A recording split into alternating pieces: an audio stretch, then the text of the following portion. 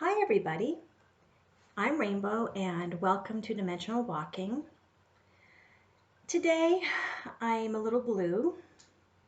It actually is New Year's Day and um, Michael and I had to put our lovely girl Rocky to sleep, and I don't know if any of you have been following us for the full 2 years that we've been on YouTube, but we had a wonderful dog named Rocky and she passed away. And she was with me for about 15 years, and I'm very blue because she was my little girl.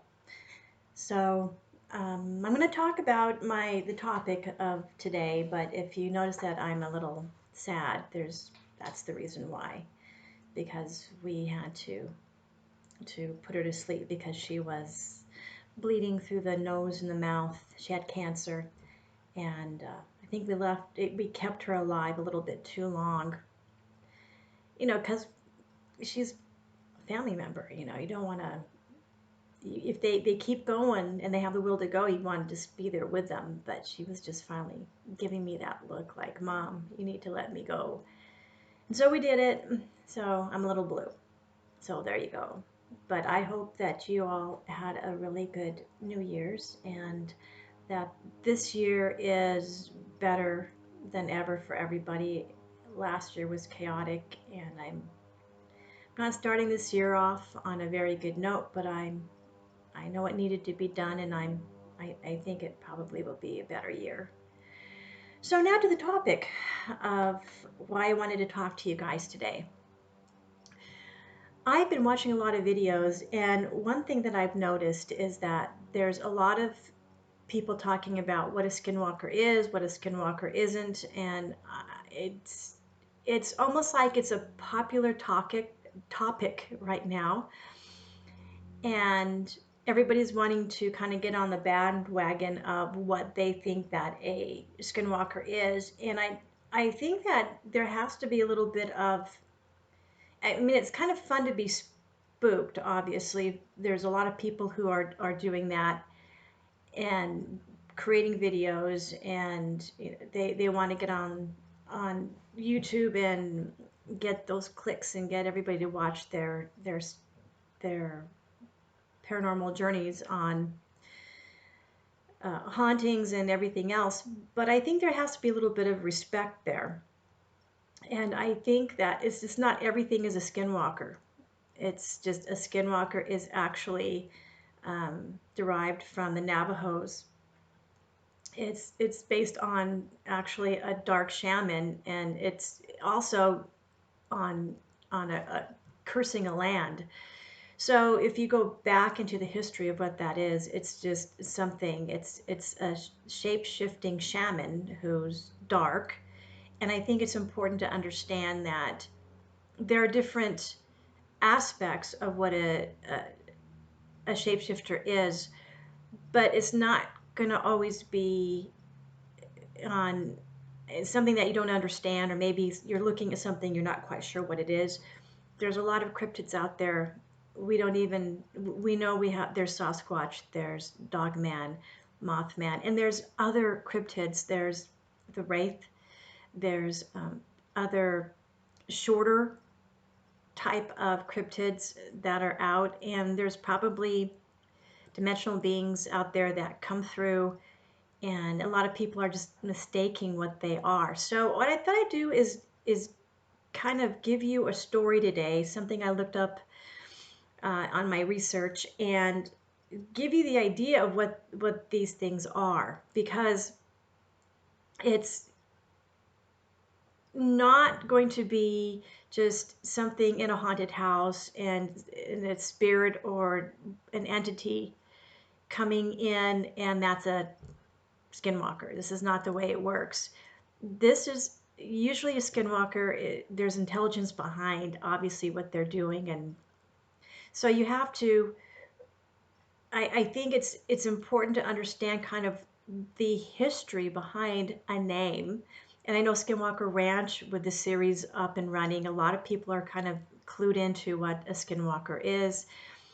And so I thought I would go to more of a Native American story that, and I'm going to read it to you so that you can kind of understand kind of what they experience, the Native Americans have experienced when they talk about skinwalkers. And Navajo will not talk about skinwalkers. I was going to do an article on skinwalkers for a magazine, and actually had a dance student of mine who knew a gal who was Navajo, and she was going to actually talk to me, but she would not talk to me in the evening and in the early morning. It had to be at a point just before late afternoon, because she just wasn't going to talk to me at any specific time during the day. And I was like, I opened up my calendar. I said, look, you tell me what day to talk. I'll be there. I'll talk to her.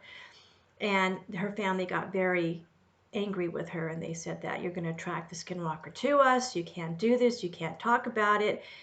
And I'm one of those people where if you don't talk about it, then these things can just run amok. And I think it's important to talk about them, but it's important to talk about what they actually do. It's not about all the scary stuff happening on these Yahoo type videos where people are just thinking anything is a skinwalker. It's not. You have to understand that it's just because you're scared of something doesn't mean that's a skinwalker.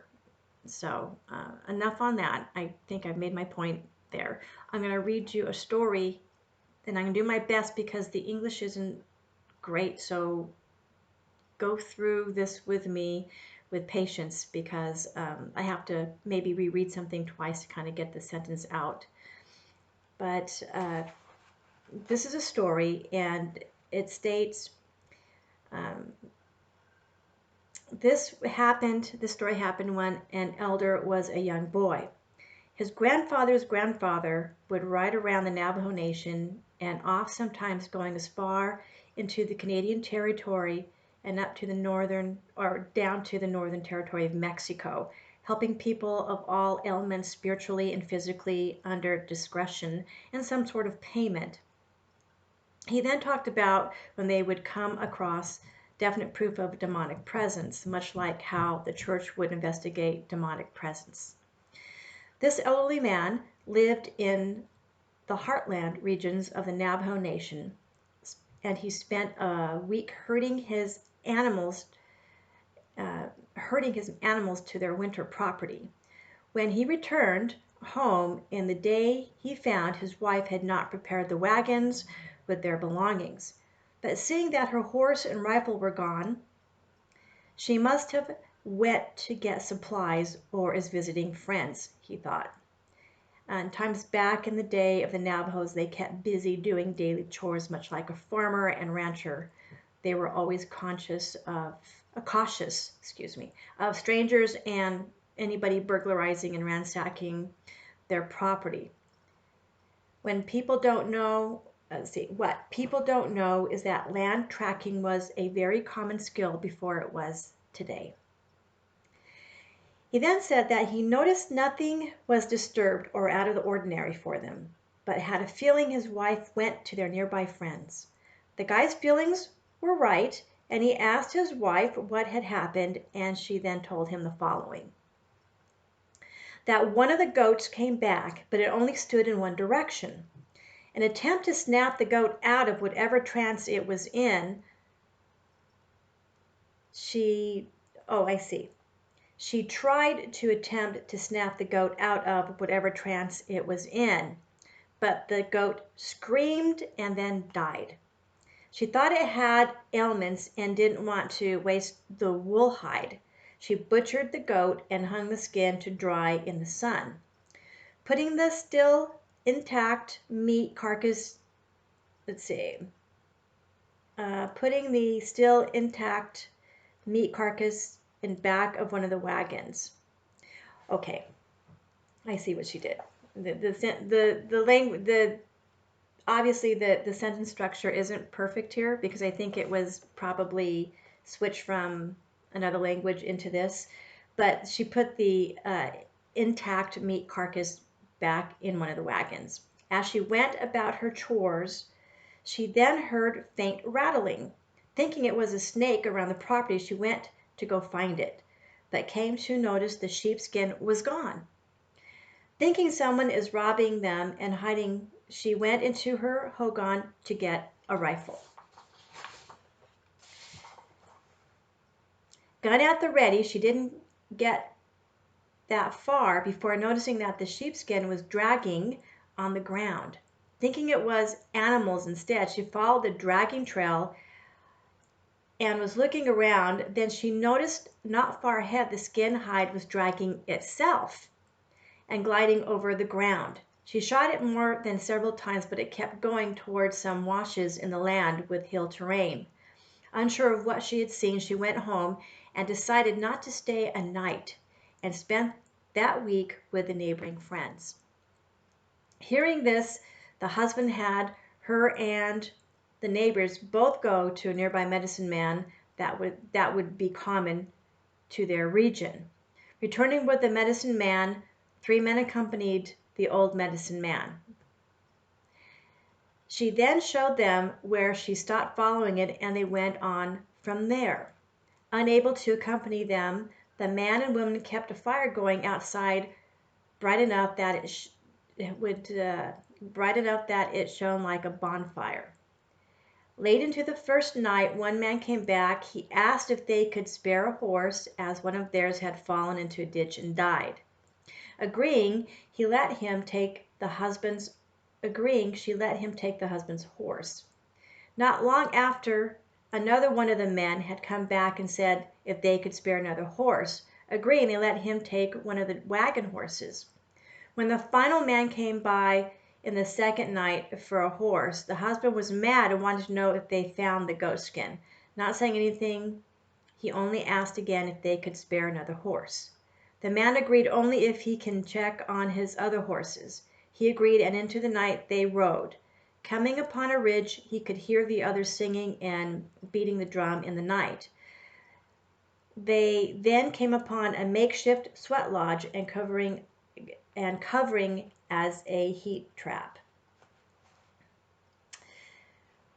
Was his horses sweat lodge and covering I'm sorry, this is like I told you, this is going to be a little interesting.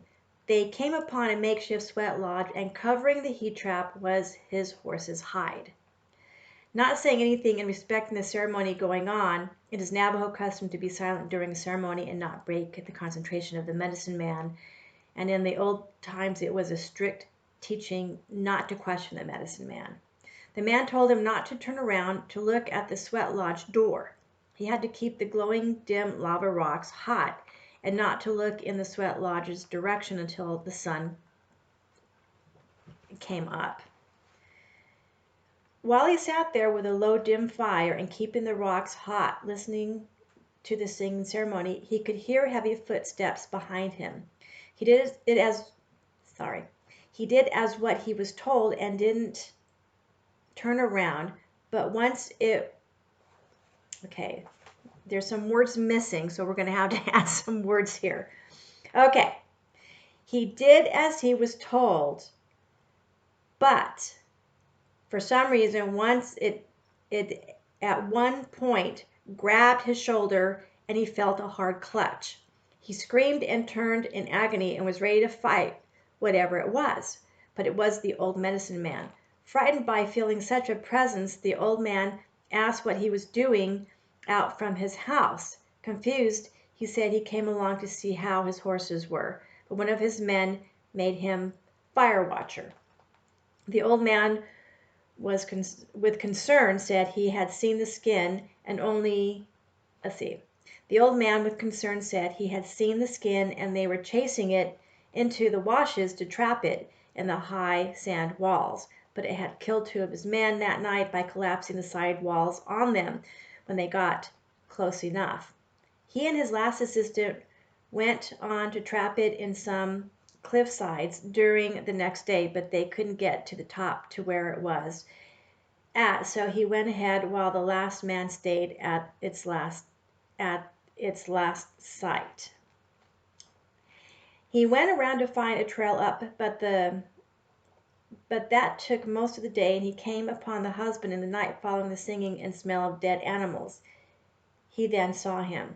Thinking he was being tricked, the husband opened the sweat lodge makeshift door. Inside the structure was made of his horse's, let's see. Inside the structure was made of his horse's bones, not of wood, and there laid the sheepskin. The medicine man took the skin and they burned down the makeshift sweat lodge. That was interesting. He wondered how could a skin do that. The medicine man explained that something else in the night came to find the skin. They thought it was him trying to find them, but it wasn't.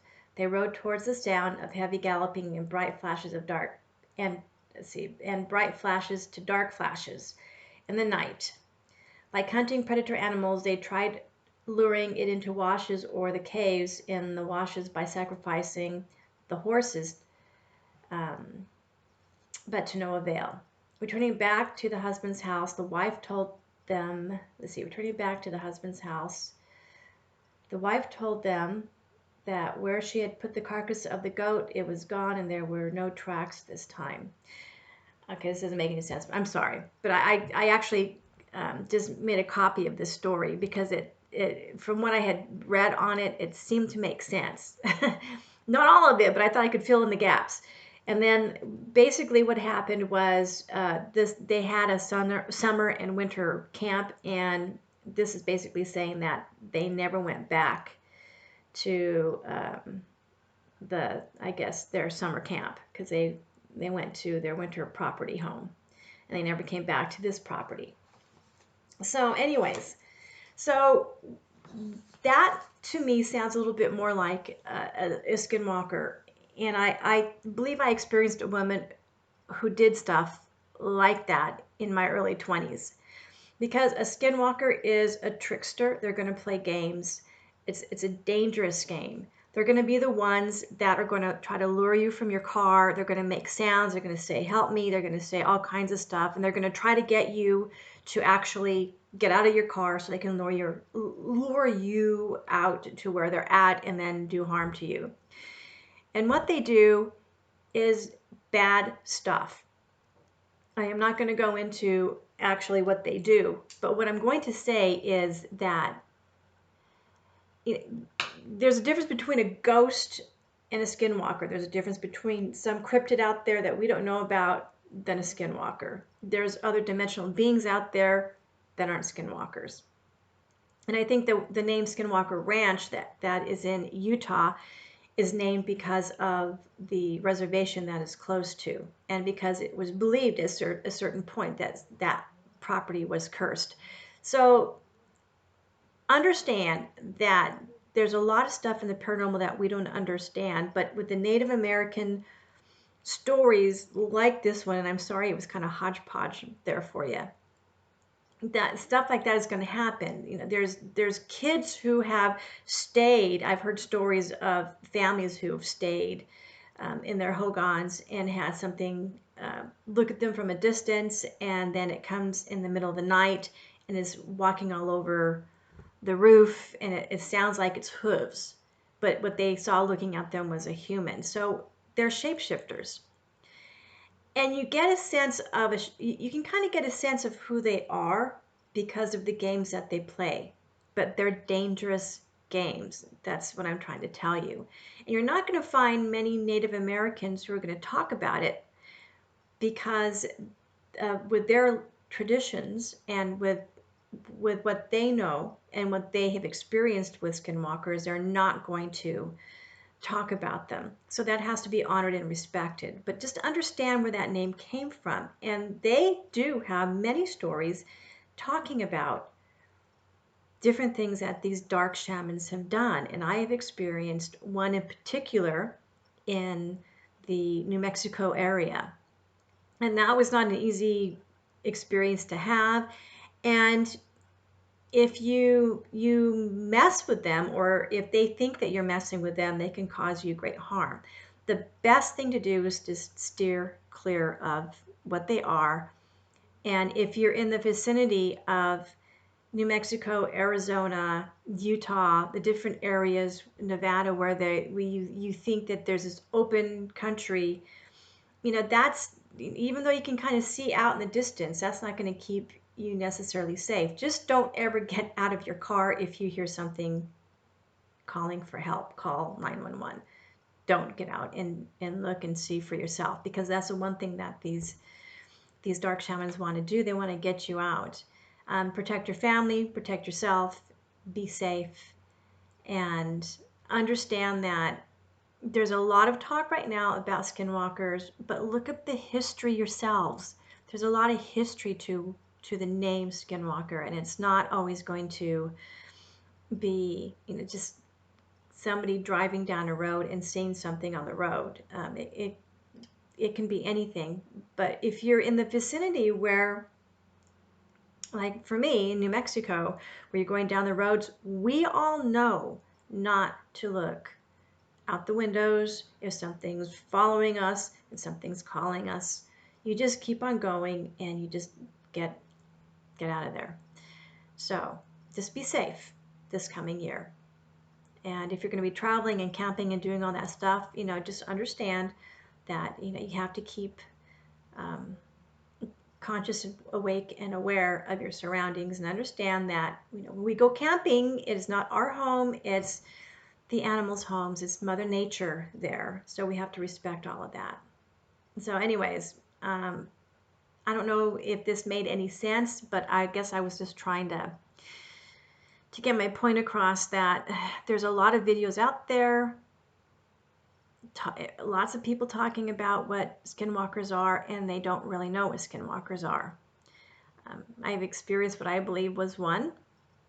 I come from an area where they are, and you have to understand that it's not something that you laugh at and you just go running off and you go, oh yeah, I'm going to post this video of what I think a skinwalker is, because there's a lot of intelligence behind what they can do, and you have to respect what's in the dark. It doesn't mean that, you have to be afraid of it, but you have to respect it. And that's all I'm saying, is that understand what these things are. They're dangerous. Stay clear of them. So you guys take care and have a really good new year, and I'll see you in the next video. Bye-bye.